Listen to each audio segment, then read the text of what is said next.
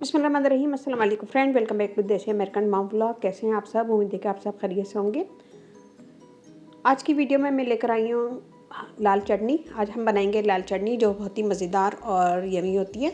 इसे आप दही बड़े, छोले और पकौड़े के साथ भी खा सकते हैं। तो चलिए देखते हैं इसमें क्या क्या डालेंगे। करूँगी यहाँ मैंने कश्मीरी मिर्च लिए हैं 7 से 8। कश्मीरी मिर्चों के साथ ही मैंने लिया लहसुन 7 से 8 जवे छोटे वाले, अगर बड़े हैं तो 3 ले लें। और इसके साथ ही मैंने अदरक यूज़ किया है। अदरक लिए मैंने 1 इंच का टुकड़ा।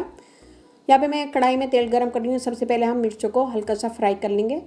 फ्राई करने के बाद मैं ऐसे निकाल लूँगी जब ये फूल जाएंगी तो थोड़ी देर में ये फूल जाएंगी।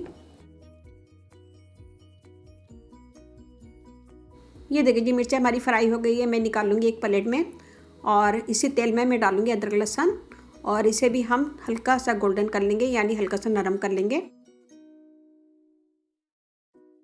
तो ये हो गए हमारे रेडी। मैं इसे निकालूंगी उसी प्लेट में और इसी के साथ सारा निकाल लेंगे। इसी के साथ मैं आधी प्याज लिए, आधी प्याज मैं इसी के अंदर डाल दूंगी और इसे भी हम सॉफ्ट कर लेंगे।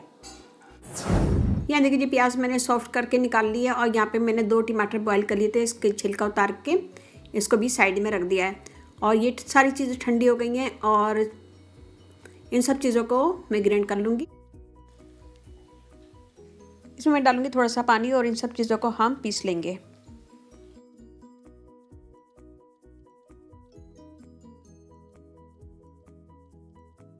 मैंने कढ़ाई ली है, उसमें 2 से 3 टेबल स्पून तेल डाला और ये सब डाल के हम इसे तेज़ आंच पे भून लेंगे। और थोड़ा सा पानी डाल के हम इसे जग भी साफ़ कर लेंगे और उसे तेज़ आंच पे चढ़ा देंगे। या ये सब तरफ से पक रहा है तो मैं इसे ढक के पकाऊंगी तकरीबन 5 मिनट, ताकि प्याज जो कच्चापन है वो भी ख़त्म हो जाए। या मैंने 5 मिनट पका दिया। अब मैं इसमें मैं मिर्च डालूंगी 1/2 टेबल स्पून और नमक डालेंगे 1/2 टेबल स्पून। इन सब चीज़ों को मैं मिक्स करूँगी और तेज़ आंच पे हम इसे भून लेंगे। तो बस ये हमारी रेडी हो जाएगी। तेज़ आंच पे हम इसे भून के फिर हम इसे निकाल लेंगे।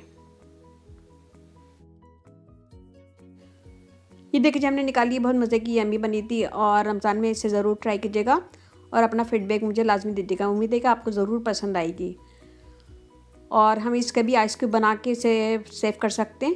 तो आइस क्यूब बनाए, जब वो जम जाए तो इसे किसी भी जिप-लॉक बैग में डाल के सेव कर लें। उम्मीद है आज की वीडियो आपको पसंद आएगी। पसंद आए तो लाइक कीजिएगा, कमेंट दीजिएगा, अपनी फैमिली फ्रेंड में शेयर कीजिएगा। मेरा इंस्टाग्राम में इसे फॉलो कीजिएगा, देसी अमेरिकन मॉम व्लॉग।